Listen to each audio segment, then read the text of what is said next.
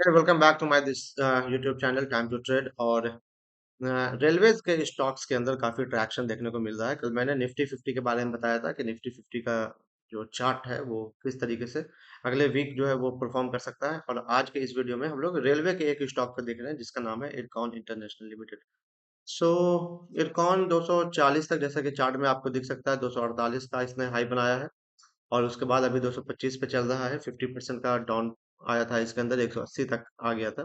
तो 50% का down trend नहीं था, लेकिन देख ही लेते हैं कितने परसेंट का टॉप से इसने किया है। हाँ, तो 48% का इसको डिक्लाइन मिला है। और उसके बाद ये वापस अपना बॉटम बनाते हुए ऊपर की तरफ जाने की तैयारी कर रहा है। तो इसके अंदर एंट्री लिया जा सकता है कि नहीं, तो कुछ ड्राइंग की मदद से हम इसको देख लेते हैं। पहले कुछ ड्राइंग बना लेते हैं जिससे हमको स्टॉप लॉस या टारगेट के लिए आसानी हो जाएगी। क्योंकि ड्राइंग करने से हमें पता चल जाएगा कि कहाँ-कहाँ पर रेजिस्टेंस है और कहाँ-कहाँ सपोर्ट है। ठीक है? तो चूँकि अभी ₹225 88 पैसा चल रहा है बिल्कुल इधर यहाँ, तो हम इसी के आसपास से एक ड्राइंग बनाने की कोशिश करेंगे ताकि हमें पता चल जाए। तो करंटली ये जो है एक छोटा-सा रेजिस्टेंस यहाँ पर मौजूद है, तो हम यहाँ पर एक लाइन ड्रॉ कर देते हैं। ये लाइन ड्रॉ कर दिया एक रेजिस्टेंस के लिए। अब ये जो रेजिस्टेंस है, ये जो रेजिस्टेंस का लाइन है, तो हम इसको हिस्टोरिकल चेक करेंगे कि पिछली बार भी पहले भी ये यही लाइन रेजिस्टेंस या सपोर्ट के तौर पर यूज हुआ है या नहीं हुआ है। तो हम यहाँ पे देख रहे हैं कि यहाँ पर इसको एक सपोर्ट मिला है। तो जो सपोर्ट मिला है, तो यहाँ पर इसने रेजिस्टेंस की तरह एक्ट कर रहा है, ये भी ठीक है। देखो, एक सपोर्ट यहाँ भी इसको मिला है, एक सपोर्ट इसको यहाँ भी मिला है, एक सपोर्ट इसको यहाँ भी मिला है। यानी कि ये जो लाइन है, लाइन ऑफ रेजिस्टेंस, ये एक वैलिड लाइन हमको दिखाई दे रही है। तो 231 के ऊपर ये लाइन है, तो आप चाहे तो 231 के ऊपर अगर बाई करते हैं तो आपको ज्यादा अच्छा रहेगा। लेकिन 225 जो अभी है, यहाँ पर भी अगर हम फ्रेश एंट्री लेते हैं तो भी कोई खास बुरा नहीं होगा। तो पहला लाइन तो हमको ये दिख गया। दूसरे और कुछ रेजिस्टेंस को अगर हम चेक करें, तो एक हम यहाँ रेजिस्टेंस देख सकते हैं। ठीक है? तो एक रेजिस्टेंस यहाँ है, जिसके बाद एक बड़ा सप्लाई आया है। यही रेजिस्टेंस हमको यहाँ भी देखने को मिल रहा है। और यहाँ पर जब ये क्रॉस कर गया है, तो यहाँ पर हमको सपोर्ट भी देखने को मिल रहा है, यहाँ भी सपोर्ट देखने को मिल रहा है। फिर यहाँ पर भी सपोर्ट है काफी दिन तक, लेकिन टूट गया था सपोर्ट, कोई बात नहीं।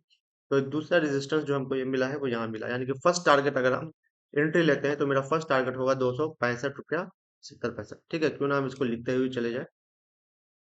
एंट्री एंट्री अभी हम लोग 225 पे कर रहे हैं। री एंट्री हम लोग 232 के आसपास करेंगे। फर्स्ट टारगेट हम लोग 265 का लेकर के चलेंगे।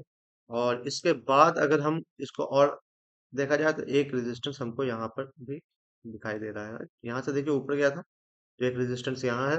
तो सेकंड टारगेट जो अगर हम लेकर के चलते हैं तो ये चलेंगे। तो सेकंड टारगेट हम लोग 297 का यहाँ पर दिख रहा है। 297 का सेकंड टारगेट है। और लास्ट टारगेट अगर लेके चलना होगा तो फिर हमको 330 के आसपास लेके चलेंगे। ठीक है? तो ये सब जो बता रहे हैं वो एजुकेशनल पर्पज से है और स्विंग ट्रेड के माध्यम से, यानी कि स्विंग ट्रेड के अकॉर्डिंग है, ना कि इंटरडे करने के लिए। तो इस हिसाब को भी ध्यान में रखने की जरूरत हो सकती है। अब हमको एक चीज और भी चेक करना होगा कि स्टॉप लॉस हम कितने के ऊपर लगाएंगे। ठीक है? तो स्टॉप लॉस का मेरा जो फॉर्मूला है स्विंग ट्रेड के मामले में, चूंकि इसमें टाइम बचाने का मामला आएगा, तो हम अपने कैंडल का नीचे जिस कैंडल के अंदर एंट्री कर रहे हैं उसका बॉटम को ही हम अपना स्टॉप लॉस लेंगे। ठीक है? तो अगर हम यहाँ पर चेक करते हैं तो अ, ये इस कैंडल के अंदर हम लोग एंट्री अगर ले रहे हैं अगले कैंडल में, तो इसका जो लो होगा ना, हम इसको स्टॉप लॉस बनाएंगे। तो इसका लो हम लोग स्टॉप लॉस ना बना करके इस बार इसका लो हम लोग स्टॉप लॉस बनाते हैं। ये कंफर्मेशन आपको दे देगा। तो यहाँ पर हम एक पहले एक लाइन ड्रॉ कर लेते हैं।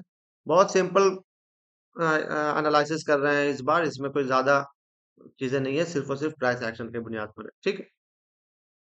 तो इसको देख लेने के बाद हमें पता चल जाएगा कि अब देखो यहाँ पर क्या हो रहा है कि एक रेजिस्टेंस एक सपोर्ट आपको इधर भी दिखता है, फिर रेगुलर कुछ सपोर्ट्स हमको यहाँ पर भी दिखाई दे रहे हैं। राइट?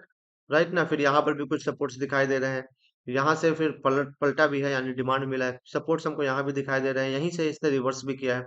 एक सपोर्ट हमको यहाँ भी दिखाई दे रहा है। तो ये मेरे लिए अच्छा है, यानी कि अगर इसको ये तोड़ देता है तो फिर हमको यहाँ पर स्टॉक में बने रहने की जरूरत नहीं है।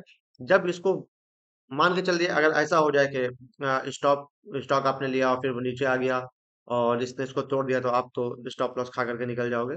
तो इसके अंदर इसी के ऊपर दोबारा अगर जाए ना तो एंट्री भी ले लेना है।